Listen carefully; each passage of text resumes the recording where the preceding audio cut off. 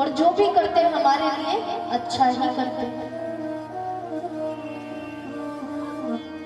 सूत जी महाराज कथा सुना रहे हैं 88,000 सौनकादिक ऋषि मुनियों को। ऋषि मुनियों ने प्रश्न किया, प्रभु ये बताइए, ऐसी कथा सुनाइए जो हमारे जीवन में कल्याण करे,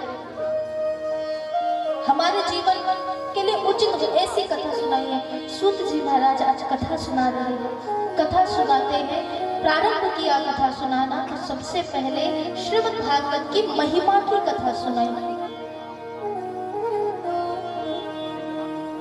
दक्षिण दिशा में तुंगभद्रा नदी के किनारे एक ब्राह्मण देव रहा करते थे जिनका नाम था आत्मदेव। कौन? क्या नाम था? आत्मदेव। आत्मदेव महाराज की पत्नी थी जिनका नाम था धुंधली।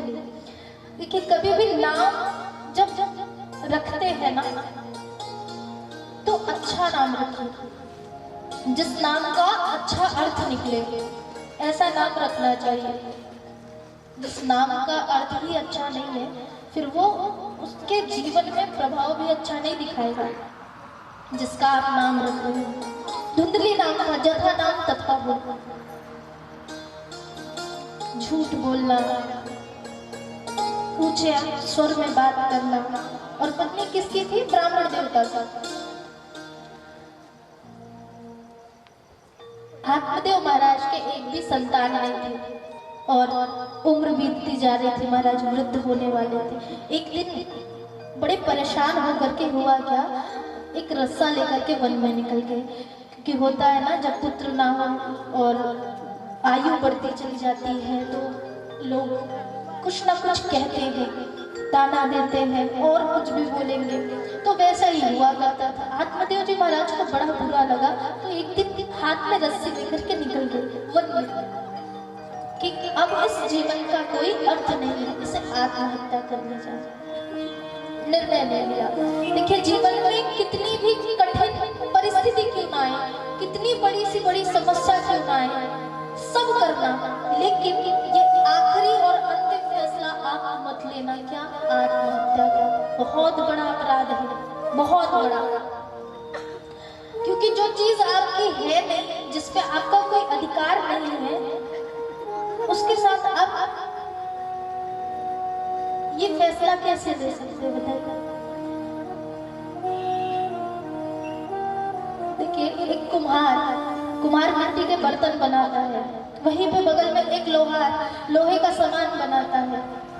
कुम्हार को सिर्फ उतना ही अधिकार है कि वो अपने मिट्टी के बर्तन ही बेचेगा। लोहार को भी उतना ही अधिकार है, जो बनाया है लोहे के सामान उसे ही बेचेगा। लोहार मिट्टी के बर्तन बेच नहीं सकता, कुम्हार लोहे के सामान को बेच नहीं सकता, अधिकार ही नहीं है। बताइए, ये शरीर ना आपने बनाया है ना हमने बनाया है, फिर इसे इसके साथ इसको मिटाने का अधिकार कैसे हमारे पास में? इसे जिसने बनाया है उसके ऊपर सौंपिए ना। बनाया किसने है? भगवान ने बनाया है, तो मिटाएगा भी कौन? भगवान ही।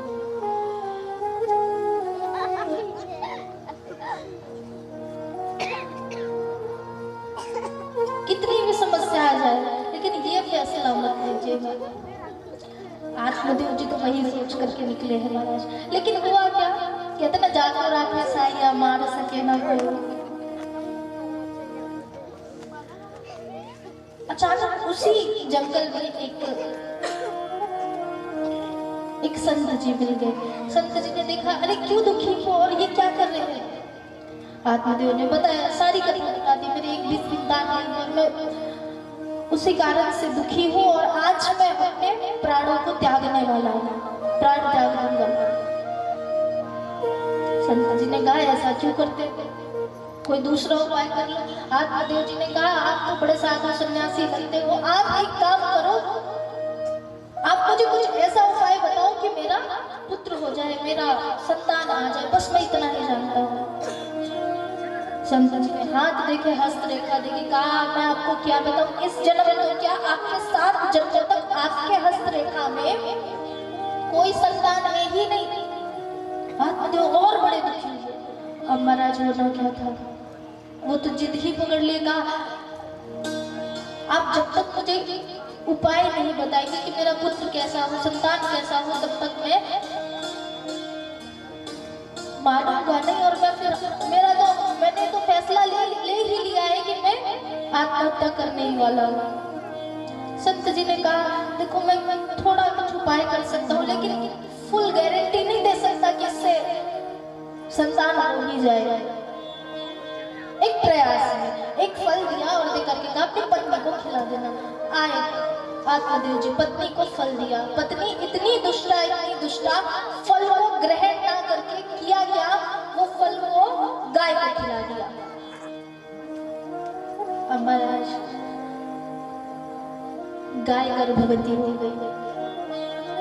अब जब पता चला कि गाय गर्भवती है तो धुंधली ने भी नाटक करना शुरू कर दिया कि वो भी गर्भवती है। अपनी बहन को बुलवाया, देखिए बहन भी गर्भवती है।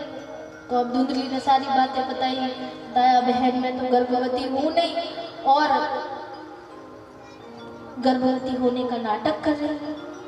और फिर बच्चा कहाँ से आया? तो उसकी बहन ने कहा चिंता मत कर, मेरे बालक को मरा हुआ बता देना और इस बालक को तुम रख लेना।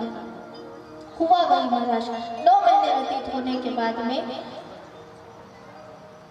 जो बालक धुंधली के बहन से हुआ, उस बालक को धुंधली ने अपने पति को दिखाते हुए कहा कि ये मेरा बालक है। और उस बालक का नाम रखा गया क्या?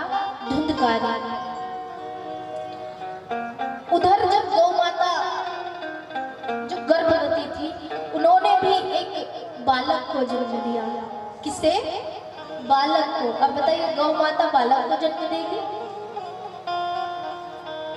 गौ माता गाय है तो बछिया या बछड़ा ही जन्म देना चाहिए ना, लेकिन गौ माता ने बालक को जन्म दिया। कैसे बालक को? देखिए शरीर से पूरा मनुष्य था, शरीर से पूरे मनुष्य की भांति, लेकिन सिर्फ जो कान थे वो कान गौ के समान थे। और इसीलिए उस बालक का नाम रखा गया गौकर्ण। बोले गौकर्ण महाराज की। सत्यता के साथ में सत्य का पालन करते हुए गौ माता ने उस साधु के हाथ से दिए गए उस फल का ग्रहण किया था। इसलिए विद्वान धर्मात्मा पुत्र को जन्म दिया जिसका नाम था गौकर्ण। छल से जिसका जन्म हुआ वो था धुंधकारी। धुंधकारी बड़ा होकर के सारे बुरे बुरे कार्य करने लगा, वेश्याओं में लिप्त हो गया, चोरी करना, डकैती करना, सारे गलत कार्य करने लगा। उससे परेशान होकर के माता पिता दोनों ने घर को त्याग दिया।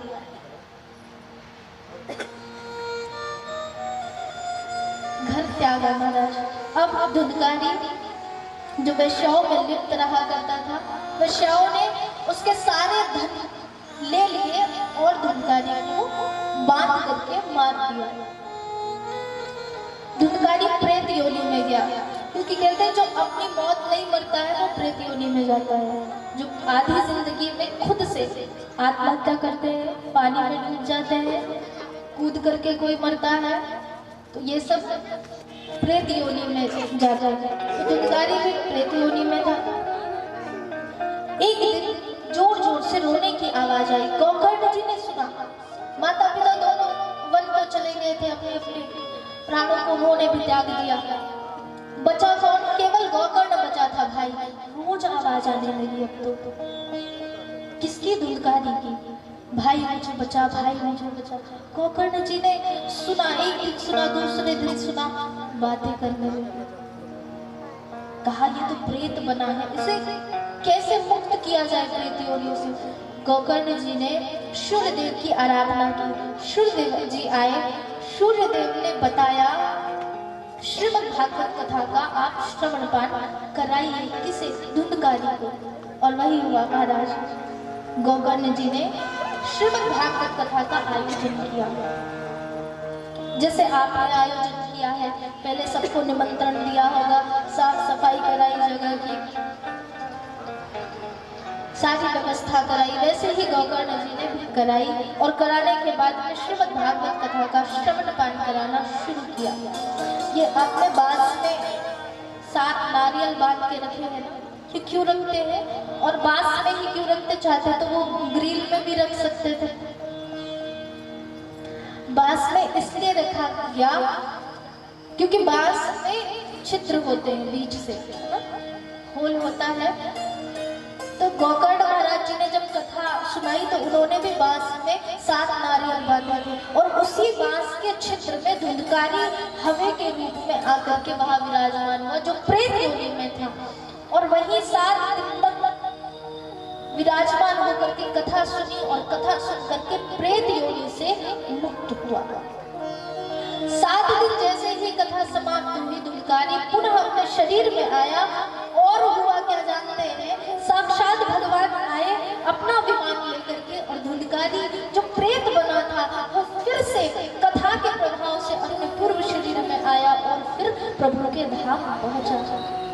तो ये है श्रीमद् भागवत की कथा को श्रवण पान करने का फल, जो साक्षात जीवित मनुष्य को के ही पापों को नहीं नष्ट करती है, जो केवल जीवित मनुष्य को ही नहीं ताड़ती है, अपितु जो प्रेत बन चुके हैं उन्हें भी ये मुक्त करती है।